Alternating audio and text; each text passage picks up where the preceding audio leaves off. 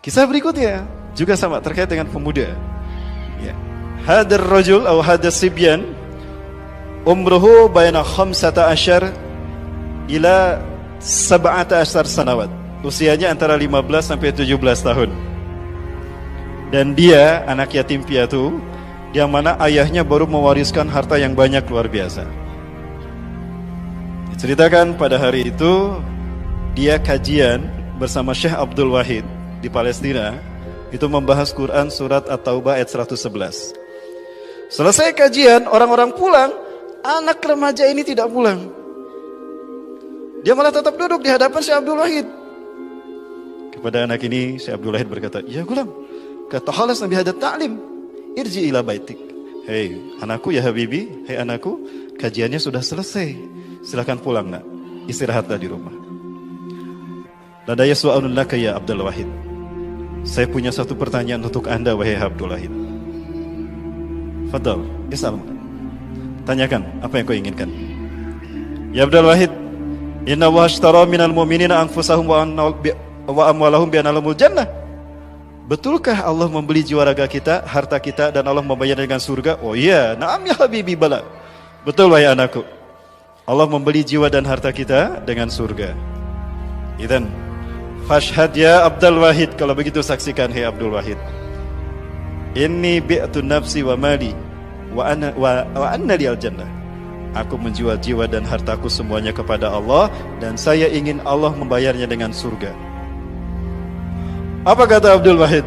Abdul Wahid bermaksud untuk meredam semangat anak remaja ini. Ya waladi, ya habibi, inna haddas saif asyaddu min ayyahum min antahumahum dalik. Wahai anakku, tajamnya sabetan pedang jauh lebih menyakitkan ketimbang harapan dan cita-citamu itu. Memang cita-citamu bagus, tapi belum saatnya untukmu. Aku khawatir kamu tidak akan kuat dengan tajamnya luka pedang itu. Di singsionan gitu eta budak lainna ngeper, malah bangkit bersemangat. Ya Abdul Wahid, kalau Allah Subhanahu wa taala sudah jelas mengatakan dalam Al-Qur'annya, membeli jiwa dan harta kita dengan surga, pantaskah kita takut? Allah, ya budak sugan teh moral ereksian.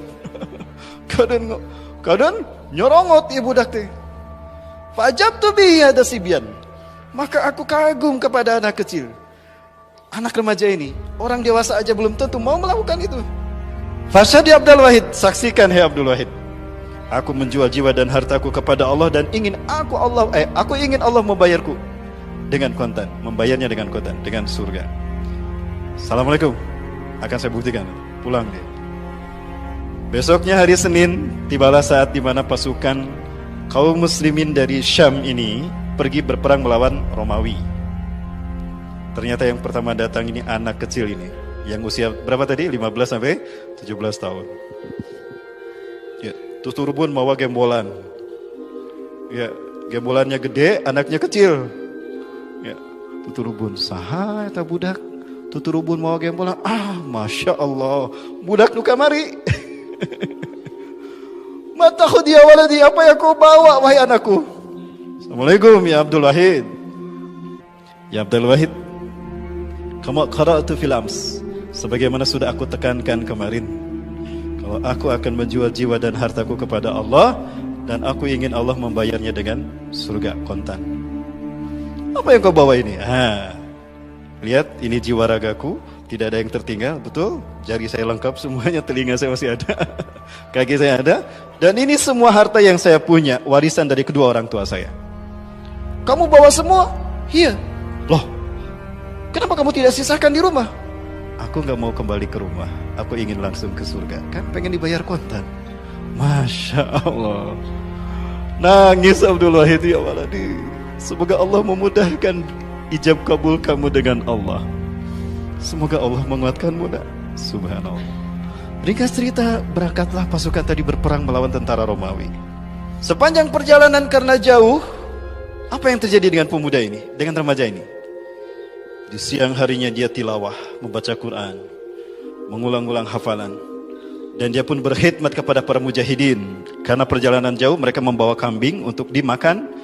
Dia sembelih, dia bantu. Pak, pakaiannya Pak, sini saya cucikan. Subhanallah. Siangnya dia berkhidmat, menghafal Quran, menjaga salatnya, dan juga menjaga tilawahnya, berkhidmat kepada para mujahidin. Malam harinya dia tahajud, munajat kepada Allah. Begitu dan begitu yang dilakukan oleh anak remaja ini. Ini kisah nyata para muslim. Apa kemudian yang terjadi? Suatu saat ketika dia lelah, karena kelelahan dia tertidur di siang harinya. Di siang hari itu dia tertidur, dan di tidur itulah dia mimpi bertemu dengan seorang laki-laki. Idzan ana birajulin fi tilkal manam. Di saat itu saya bertemu dengan seorang laki-laki, ya. Yamudda yadahu ilayya. Dia mengulurkan tangannya kepadaku. Hayya bina ulahiquka bi ainil mardiyah. Mari aku pertemukan kau dengan Ainul Mardiyah. Aku masih ragu saat itu. Dia ragu mengulurkan tangannya, kayak saha maneh ngajak orang ke Ainul Mardiyah. Tapi dia penasaran, saha Ainul Mardiyah, kadang nama awewe itu. Ayo atuh. Diulurkan tangannya. Dituntun dia. Idan ana bil bustanin jamilin jiddan. Tiba-tiba aku bertemu dengan sampai di sebuah kebun yang sangat indah.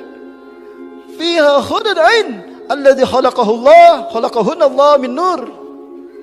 Ma ajmalahunna wa ma ra'aitu imra'atan aw niswatan ajmala minhunna. Tiba-tiba aku dihadapkan pada sebuah kebun yang sangat indah, di mana di kebun itu dipenuhi oleh wanita-wanita yang cantik luar biasa. Aku belum pernah melihat kecantikan mereka di muka bumi ini. Seumur-umur jangan pernah ninggalin Nusa Gelis gitu. Subhanallah. Pak, di sana ada Ainul Mardiyah? Tanyakan saja. Sebentar Pak, sebentar. Dia mempertahankan diri. Dia bersorek dulu. Assalamualaikum. Hal fikunna Ainul Mardiyah? Assalamualaikum. Apakah ada di antara kalian Ainul Mardiyah? Kamu ya? Bukan. Kamu? Bukan. Mana Ainul Mardiyahnya? Taqaddam ya Sayyidi. Silakan terus Anda ke depan. Satajiduha. Kau akan bertemu dengannya. Pak, tadi nama dituntun ya, ada apal teh nama. Pak, ayo Pak, cepat Pak. Teu sabar yang panggil saha Ainul Mardiyah. Jalan. Lalu aku bertemu dengan dua buah kebun yang sangat indah, di mana kebun tadi dipisahkan oleh sungai yang isinya adalah air yang satu susu, yang satu madu. Wala taghayyar asimuh ta'muhuma. Tidak berubah rasa mereka. Dan di dalamnya ada bidadari-bidadari yang jauh lebih cantik dari yang sebelumnya. Dan ketika aku melihat kecantikan bidadari yang kedua ini, aku lupa sama kecantikan yang pertama. Seperti biasa dia mengucapkan salam kepada mereka. Apakah di antara kalian ada Ainul Mardiyah? La, nahnu khadamun laha. Kami bukan Ainul Mardiyah. Kami pelayan beliau. Astagfirullah. Kira Pak, sekedar Pak, lulus Pak. Pelayannya aja cantiknya luar biasa, apalagi Ainul Mardiyahnya. Pak, teraskan itu Pak. Mangga. Teraskan lagi. Sampai pada akhirnya dia bertemu dengan satu buah kebun yang semua air sungainya itu adalah anggur yang tidak berubah airnya. Di antara mereka semuanya terdapat bidadari-bidadari cantik yang membuat kecantikannya itu melupakan yang sebelumnya. Laksana cahaya di atas cahaya. Pemuda ini sudah tidak kuat. Mana Ainul Mardiyah? Kamu bukan? Bukan saya. Kamu bukan? Yang mana? Tolong jawab. Kami budak dan pelayannya. Anda akan bertemu dengan Ainul Mardiyah di perjalanan berikutnya. Di kebun berikutnya Anda akan bertemu dengan dia. Allahu Akbar. Pak, saya duluan ya. Lompat. Saking rindunya ingin bertemu dengan Ainul Mardiyah. Tiba-tiba idan ana bi khaymatin ma ajmala khaymatil hada. Ya, hadi fi dunya. Wa ma ra'aituha fi dunya. Tiba-tiba aku dihadapkan pada sebuah kebun yang di dalamnya ada kemah yang terbuat dari permata. Intan permata dibikin kemah. Hanya ada satu penjaga di depannya. Cantiknya luar biasa. Oh, ini dia Ainul Mardiyah telah menunggu saya. Assalamualaikum Ainul Mardiyah, suamimu telah datang. Apa ternyata? Bidadari penjaga tadi berkata bersuruh, ya ayyatuhal Ainul Mardiyah. Wahai Ainul Mardiyah, suami Anda telah datang. Keluarlah.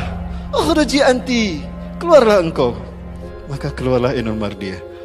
Cahaya demi cahaya terpancar indah, membuat matanya terbelalak. Harum tubuhnya membuat dia terbang serasa terbang badannya.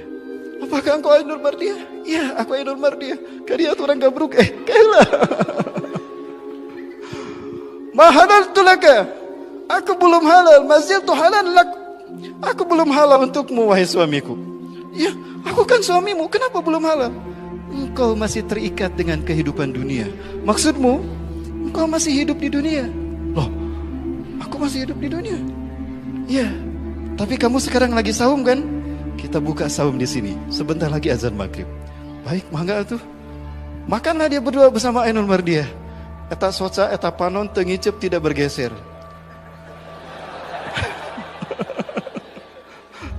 Tidak pernah bergeser sedikit pada Ainul Mardiah. Ya Allah, betapa indah makhluk yang kau ciptakan ini, ya Allah. Mangga Kang, kita dileuteuy. Dia nggak. Tiba-tiba aku terbangun.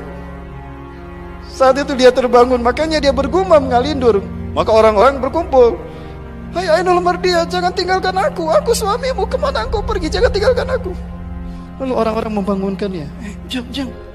Hudang jam. Cager maneh. Kunaon? Bangun dia. Astagfirullah, innalillahi wa inna ilaihi raji'un. Benar efek mimpi. Mana Ainul Mardiah? Apa kata Abdul Wahid? Ada apa nak? Siapa Ainul Mardiah? Cerita dia seperti itu. Ya, kepada Abdul Wahid. Maka apa? Belum selesai dia bercerita, maka tampaklah pasukan Romawi di hadapan mereka. Izinkan saya di barisan depan. Sok jang ka ditu, lompat ka ditu jang. Kajelong eta makana kuda, lompat dia lari. Lalu dia turun berhadapan dengan tentara Romawi. Dia tinggalkan kudanya, dia lari menghadapi tentara Romawi. Karena dia masih kecil, pedang yang dia bawa adalah warisan dari ayahnya. Dan pedang ayahnya tinggi besar, maka pedangnya pun berat. Tapi apa kata Abdul Wahid? Demi Allah, aku melihat seolah-olah pedangnya ini hidup dan terbang membawa jasadnya. Jadi bukan dia yang mengayunkan pedang, tapi pedang yang membawa tubuhnya. Seperti itu. Dan demi Allah, dalam waktu singkat aku melihat 9 tentara Romawi tumbang di hadapannya. Perang pun makin berkecamuk dan aku kehilangan anak ini. Biiznillah, kami bersyukur pada Allah. Perang kami menangkan. Habis tentara Romawi kami bunuh mereka. Tapi kami kehilangan jejak anak laki-laki ini. Saya bertanya pada semua prajuritku yang selamat. Aku tidak menemukan di mana jasadnya. Allahu Akbar. Tiba-tiba angin sepoi-sepoi mengantarkan aku kepada pemuda tadi. Wangi yang luar biasa tercium dari angin tadi. Maka dia dituntun oleh angin tadi, orang yang harum tadi. Maka apa yang terjadi? Jauh dari tempat di mana aku berdiri, aku temukan pemuda tadi sudah mati. Dengan luka yang penuh di tubuhnya, dengan kepala hampir putus, tapi dia tersenyum sambil memegang pedangnya. Subhanallah. Dia sedang menikmati pertemuan dengan Ainul Mardiah.